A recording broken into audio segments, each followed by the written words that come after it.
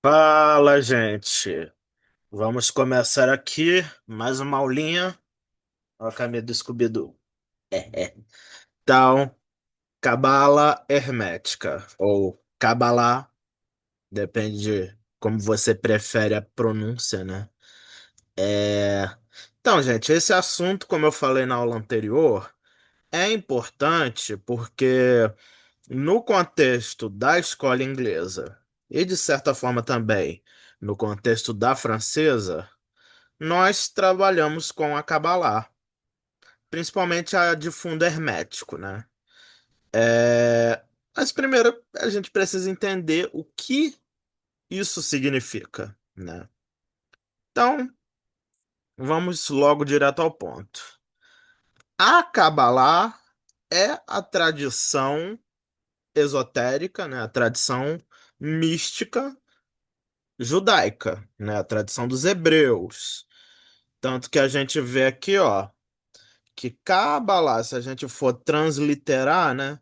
Se a gente colocar no hebraico, a gente vai ter aqui a letra Kof, né? Kof, Briá, Lamed e a letra Re, que vão fazer Kabbalah, né? Lembrando que no hebraico a gente tem letras, né, que são consonantais, né? Então, o que define a sonoridade de uma letra vai ser questões de posicionamento, de pontuações, né? Quer dizer, depende. Hoje em dia é diferente, pelo que eu saiba, né?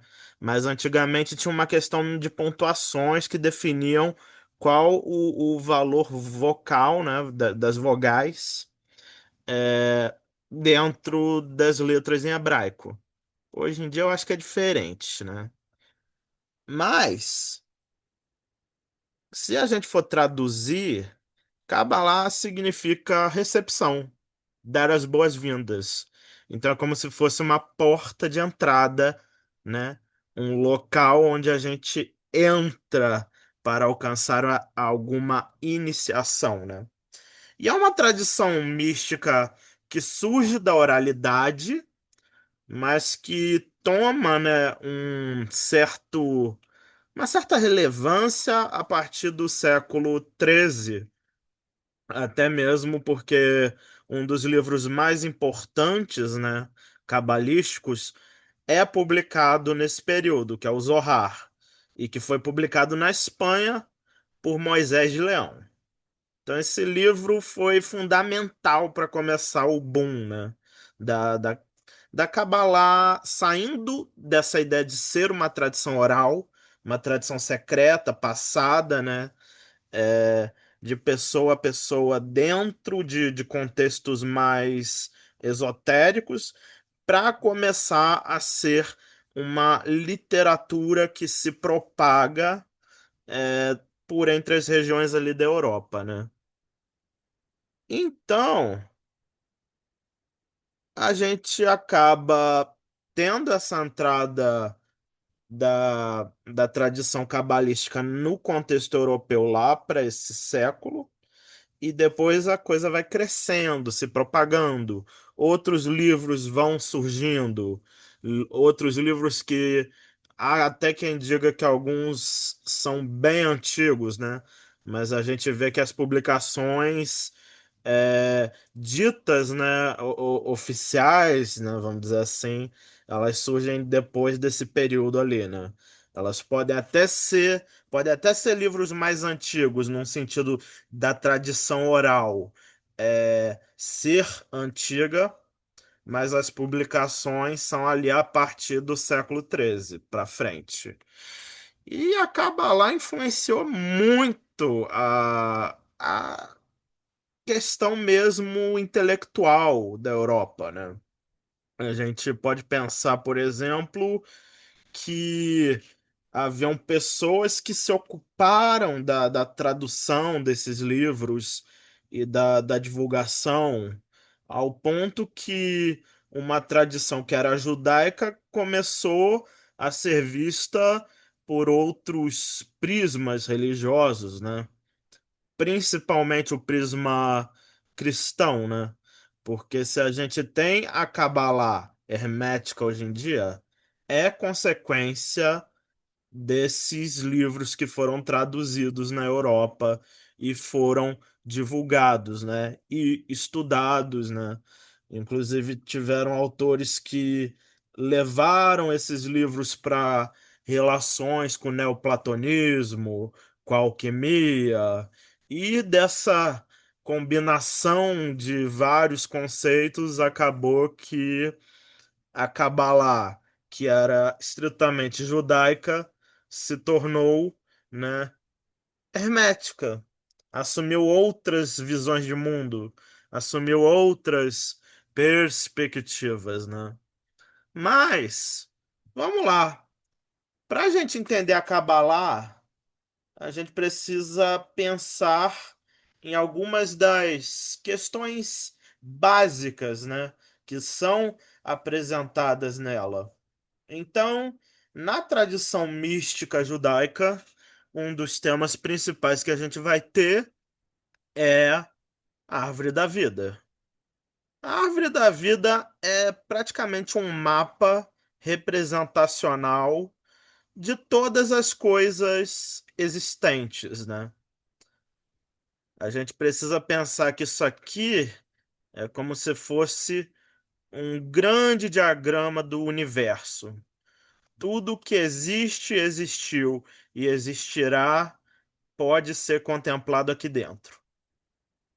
Mas o interessante da árvore da vida é que a árvore da vida ela representa tudo que existe, mas a própria ideia de Deus está acima da árvore da vida. Ou seja, Deus não é representado pela árvore da vida, mas a árvore da vida representa aspectos de Deus. É, pois é, né? O negócio sempre pode ficar sério. Afinal, na árvore da vida a gente tem 10 sefirós, que são as bolinhas, né? Essas 10 bolinhas que a gente tem aqui, que representam os atributos de Deus. Atributos que a gente diz, né? São as qualidades divinas, né? São as qualidades que definem é, os poderes divinos, né? Então, a gente tem Keter, que é a coroa de Deus, Rokmah, que é a sabedoria, Binah, que é a inteligência ou conhecimento, entendimento. Talvez entendimento seja uma das melhores traduções, né? É, Tem Hesed, que é misericórdia, Geburah, severidade, Tiferet, beleza. É, a gente tem Netzah, que é a vitória, Hod, que é a glória, Yesod, que é a nona Sefirot, por isso que eu ia falar nove, deslizes, né? Yesod, que é o alicerce, o fundamento, e Malkuth, que é o reino. Cada uma dessas sefirós são atributos, são qualidades, são poderes que Deus possui, né? O famoso Deus que a gente escreve, né? Assim, sem botar o E. E a gente tem os 22 caminhos da árvore da vida, porque afinal esses atributos interagem entre si. Então, cada caminho é uma ligação entre essas sefirós. Só que aí a gente tem uma outra brincadeira aqui, porque em tese os caminhos não são 22, os caminhos são 32, porque as sefirós por si só já são também caminhos. Então, quando a gente soma as 10 sefirós e os 22 caminhos, a gente tem os 32 caminhos da sabedoria, que representam todo o processo que os seres existentes precisam passar para chegar até Deus, para alcançar a iluminação, ou nirvana, ou seja lá o que você quiser, né? Entendeu? Se você subiu, ó, subiu e chegou lá em cima, você chegou onde todo mundo quer chegar. E aí você dá o nome que você quiser para isso. Ah, é o paraíso, entendeu? O Nirvana dos budistas, é o Valhalla, é o Van Halen, cara, é o que você quiser. Né? Mas é isso.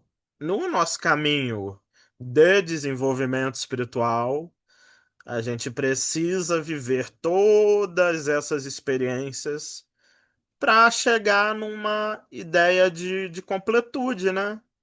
De cumprir a nossa missão, vamos botar assim bem, bota muita aspas, né?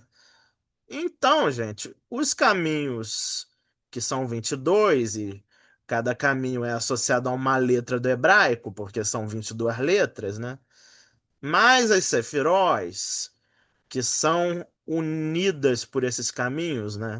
Então, cada caminho vai ter qualidades das sefirós que ele liga.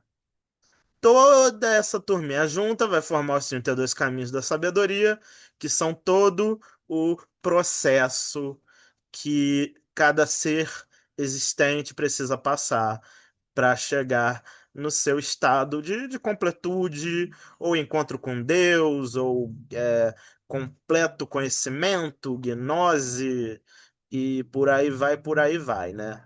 Não à toa a gente tem aquela famosa história que o famoso JC, Jesus Christen, morreu com 33 anos. Por quê, né? Por que 33 anos? Porque 33 anos é 32 mais um, ou seja, ele viveu toda a experiência dos 32 caminhos da sabedoria e ainda superou essa experiência, né? Sem contar que 33 faz lembrar uma outra coisa que a gente tem na árvore da vida, mas que na verdade está acima da árvore. Porque Keter, que está aqui no topo, é o local, vamos dizer assim, mais próximo de Deus. Mas Deus não está aqui em Keter. Na verdade, Deus, para a gente alcançar Deus, a gente tem que chegar, né, nos três véus da existência negativa. Então a gente tem Ain, que significa nada. Aí a gente tem Ein Sof, que é sem limites, né? Ain é nada, Sof é limite, sem limite. E a gente tem Ein Sof Aur, que significa luz ilimitada. Esses são os três véus da existência negativa. E se você quer alcançar Deus, você tem que chegar neles, né? Porque é lá que Deus realmente está. Deus está acima disso aqui tudo, porque isso aqui só representa as qualidades de Deus, os vários aspectos que Deus pode significar, mas Deus não está aqui. Deus está acima. Deus é intangível, incognoscível, completamente misterioso, secreto, né? Então, dá trabalho para chegar em Deus, né? Mas, se você passa por toda essa experiência aqui, talvez você chegue lá. E talvez você não encontre nada, porque, né? Aí, nada. Piadinhas, piadinhas linguísticas. É... Tá, outra coisa. Quando a gente pensa na árvore da vida, a gente pensa, ah, que lindo, né? A árvore da vida, né? Uma asinha cheia de coisa, que bagunça, né? Cara, sempre pode dificultar, porque quando a gente vê esse lindo diagrama, na verdade, a gente precisa entender que isso aqui é uma representação básica e não é nem a única representação possível da árvore da vida. Tem várias representações diferentes, mas a gente ainda tem que entender que isso aqui é uma representação simples, porque a gente pode entender que o universo é dividido em várias árvores da vida que interagem entre si, né? Então, por exemplo, uma das coisas que são trabalhadas na Kabbalah são os quatro mundos cabalísticos, né? Asiá, Yetzirah, Beriá e Atzilu. A gente pode dizer que a árvore da vida aqui, esse diagrama básico, é uma representação disso aqui tudo.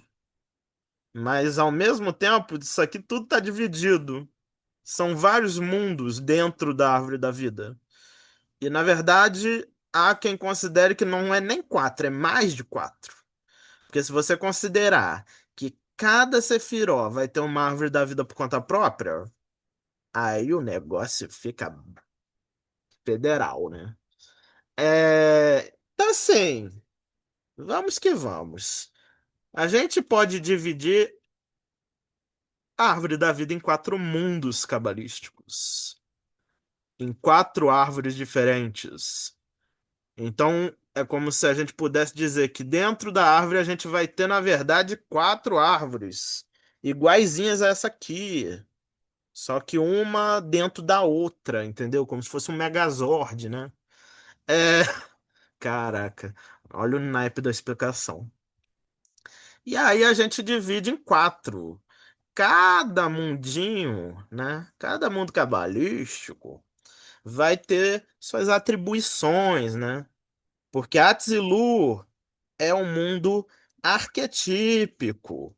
Ou seja, aqui a gente tem as ideias no seu estado mais potencial, no seu estado mais essencial, no seu estado mais intangível. Isso aqui é como se fosse aquela centelha de insight, entendeu? Aquela ideia inicial que você ainda nem sabe direito onde que vai dar. Aí a gente chega em Beriá, que é o mundo criativo. É quando a gente tem uma ideia potencial, mas aí a gente começa a refletir sobre ela. Então a ideia começa a tomar alguma forma, mas ainda é um negócio bem disforme. Aí a gente chega em Etzirá, que é o mundo formativo, certo? E o mundo formativo é um lugar onde as ideias realmente começam a se articular. Então, ao invés de eu ter uma massa informe de pensamentos aqui, tudo misturado, eu começo a dar uma forminha tangível, né, às minhas ideias, sabe? E em Asiá, a gente chega no mundo material mesmo, na concretude das coisas, sabe? Aí finalmente aquele insight que virou um conjunto de ponderações e reflexões bem disformes e depois começou a ser articulado, finalmente toma uma forma material, né? Uma concretude. A gente chega da ideia à obra final. Não é à toa que a gente tem aquela famosa história, que as nossas ideias nunca são tão boas quanto o resultado final, né? Sempre parece que falta alguma coisa. E falta, porque é isso, ó, a gente passa por vários estados para chegar na ideia final.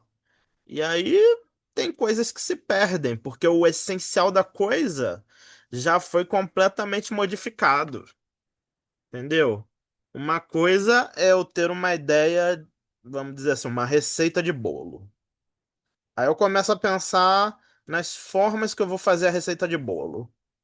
E aí eu vou e escrevo a receita de bolo num papel, né? Eu defino realmente os ingredientes. E aí eu faço o bolo, né? A ideia inicial não necessariamente vai ser igual à ideia final, o resultado. Alguma coisa pode se perder nesse processo. Da mesma forma, aquilo que há de mais essencial, quando se concretiza, às vezes não é aquilo tudo que a gente pensava, né?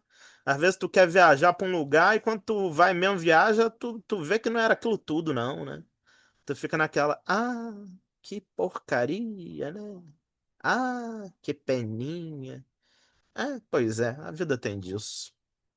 E não seria diferente com os mundos cabalísticos, né?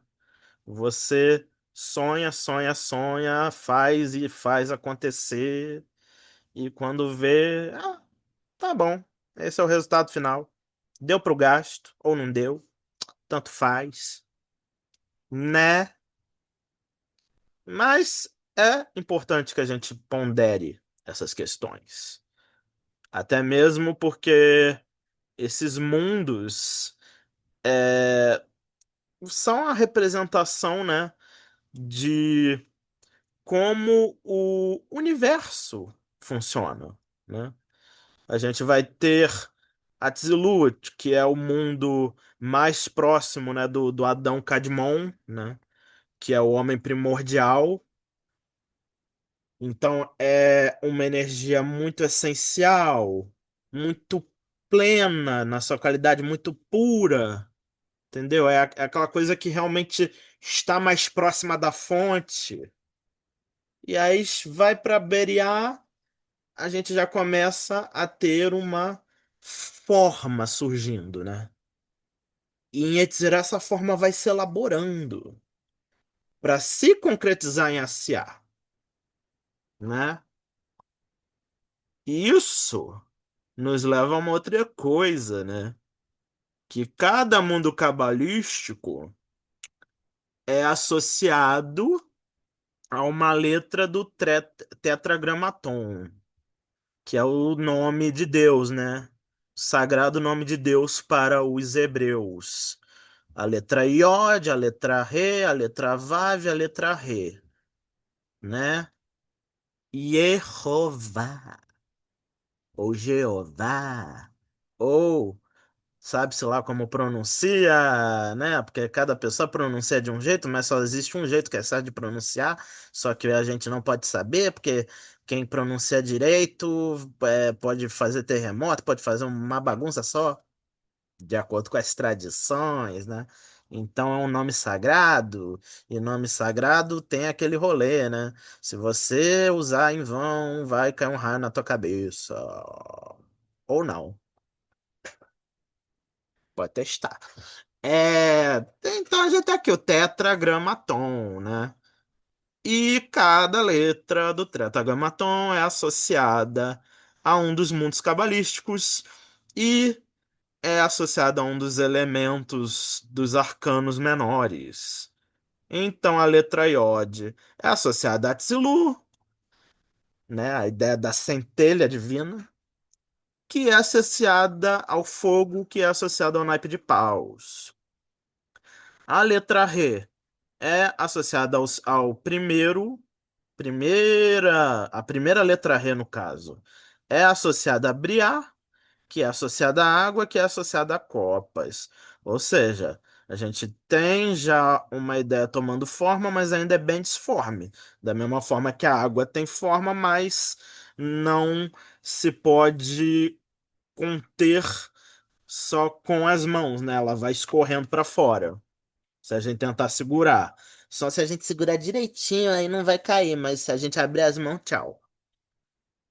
E aí a gente tem Yetzirah, que é representado pela letra Vav, e é associado ao ar, que é associado ao naipe de espadas. Então aqui a gente já tem as ideias mais elaboradas, então é como os pensamentos na nossa cabeça, né? Como se a gente estivesse já escrevendo a planilha do Excel, né? E a CA, que é o mundo manifesto, concreto, é a segunda letra Re do tetragramaton e é associada ao naipe de ouros, ou discos, ou pentáculos, né? Que é associado ao elemento da Terra. E outra coisa aqui. Pera aí, sem hora do jabá ainda. Outra coisa que eu quero falar, gente, é que uma coisa que a gente precisa entender da árvore da vida é que muitas pessoas vão pensar que a gente tá aqui em Malkuth, né? Ou melhor dizendo, que a gente tá aqui, ó, em Asyagashimi, entendeu? No fundo do poço, né? A gente, ó, é nadinha perante a grandeza do universo, né? Só que, na verdade, diga-se de passagem, nós estamos nisso aqui tudo. Só que a grande questão é, a gente não percebe quase nada. O que a gente percebe no máximo como ser encarnado vai ser Tiferet aqui de Asiá, entendeu? E para tu perceber Tiferet de Asiá, tu tem que bater as botas. Então, assim, o que a gente consegue perceber, que a gente consegue aprender com nossos meros olhos mortais, é isso aqui. Mas em tese a gente tá nisso aqui tudo. A gente só não consegue ter consciência suficiente para isso, né? Então, é o processo aí que leva a vida, né? Ou melhor, leva vidas e vidas e vidas pra gente perceber isso aí tudo, né? Trabalhinho, hein? Dá trabalho, né? Mas um dia a gente chega lá. Hora do jabá, né? Pra vocês aí que estão acompanhando. Agradeço aí, agradeço as pessoas aí que estão chegando, gente nova, né? A Malu, né, da Ambrósia divulgou hoje o meu canal no Instagram dela, só tenho a agradecer o carinho. E quem estiver aí acompanhando os vídeos, a gente tem aqui, né? Eu gosto de botar, né, o negócio aqui do Jabá. Se você quiser marcar uma consulta de tarô, entre em contato, ligue já. Quer dizer, manda mensagem, eu não gosto de atender telefone, não. E se você gostou aí das aulas e quer dar aquela moral financeira, temos aqui a minha chave, né? Então, agradecemos toda a ajuda monetária possível, né? Afinal, isso aqui é um trabalho que, né, um conhecimento que eu estou oferecendo gratuitamente, porque para mim é importante divulgar esse tipo de conhecimento até para quem não tem condições, né? Então, estamos aí na atividade e vamos seguir aqui, né? Que aí eu já mando essa aula por inteiro mesmo. Eu pensei de dividir ao meio, mas eu vou falar tudo mesmo. É.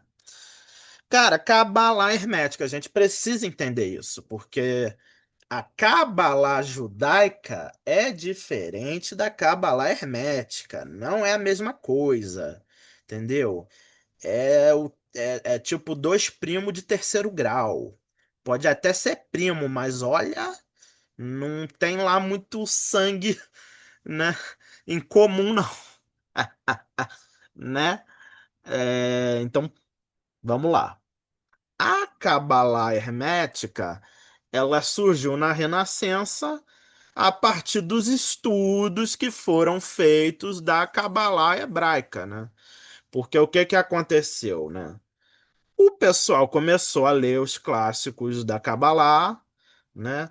Pegou lá, li o Zohar, li o Sefer Yetzirah, li o Bahir e li outros livros importantes da tradição hebraica esotérica.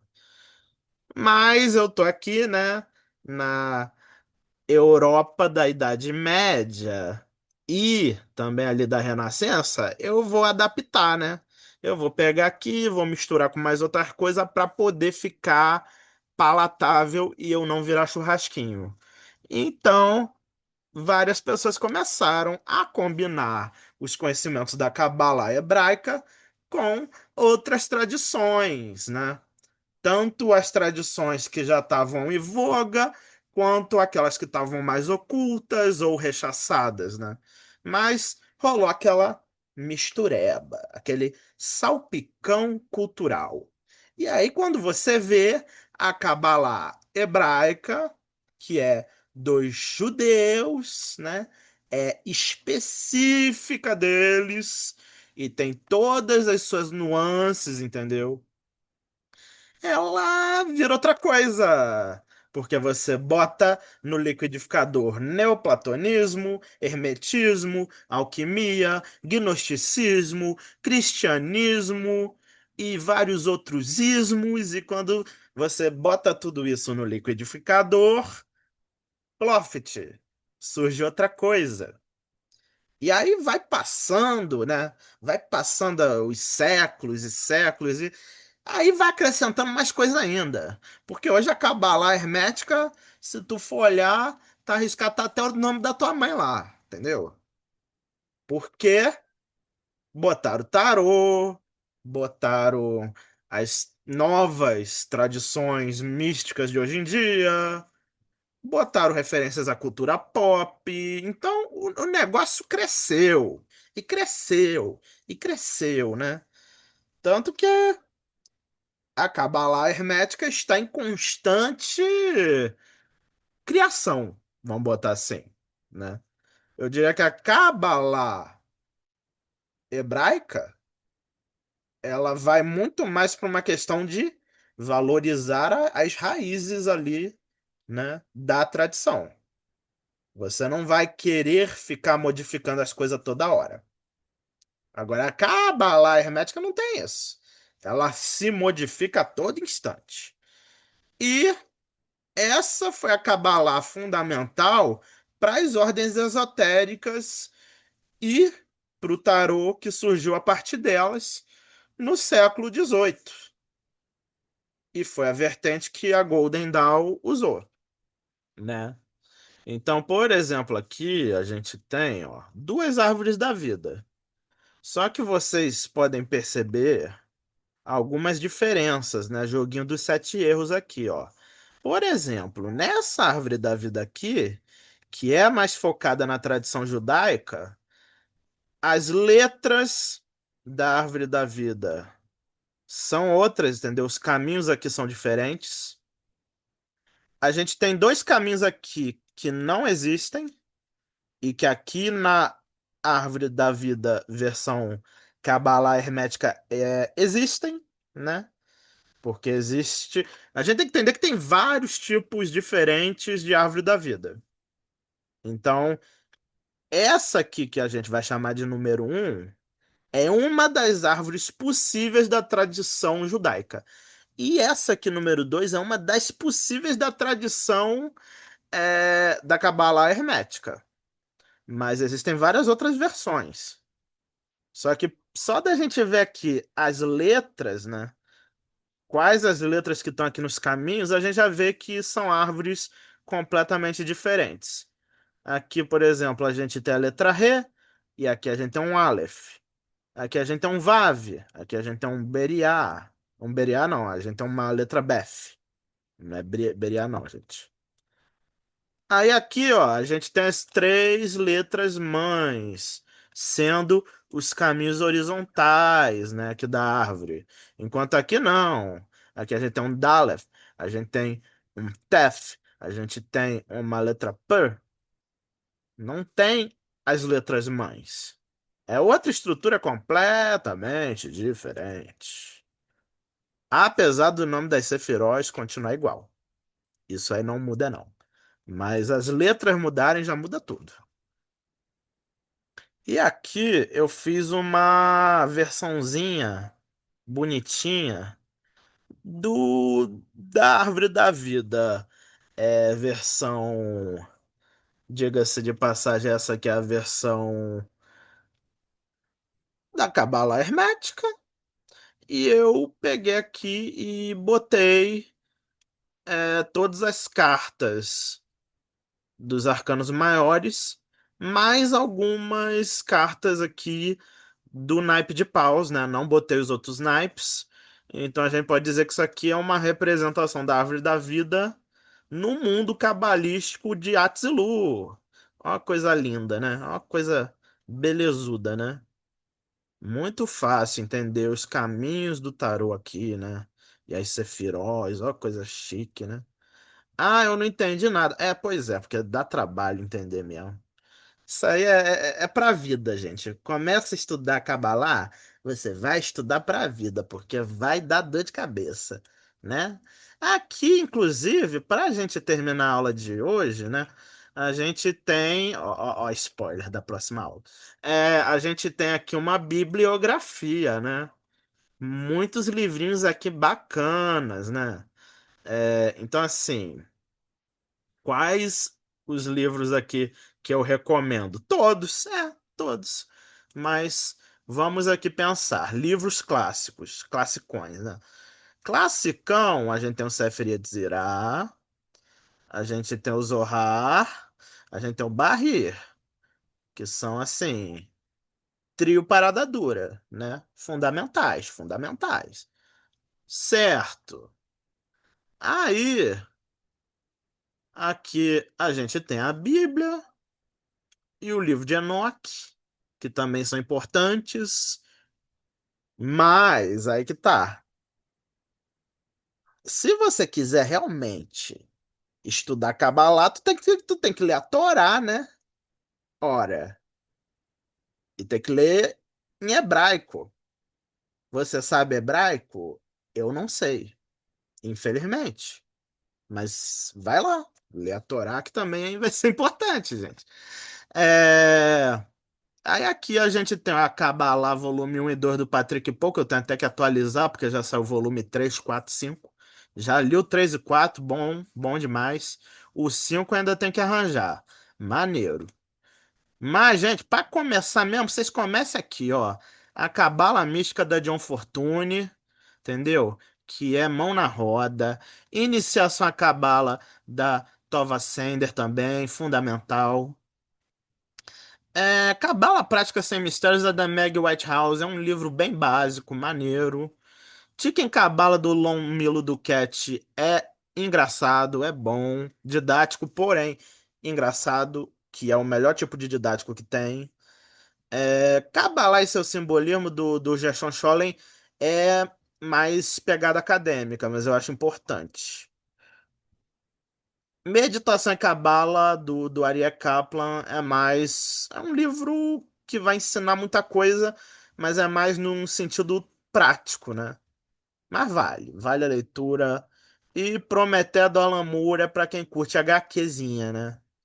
Essa HQ é fundamental. E nem só sobre Cabala, sobre tudo. Sobre a vida, sobre o universo, sobre magia, esoterismo, todas as coisas que existem existirão e existiram. E muito além, muito mais. Né? Só pedrada, gente. Aqui são as recomendações para você que quer ficar que nem eu, ó. Uma pessoa muito animada, né? Então, assim, valem as leituras. Prioridade, gente.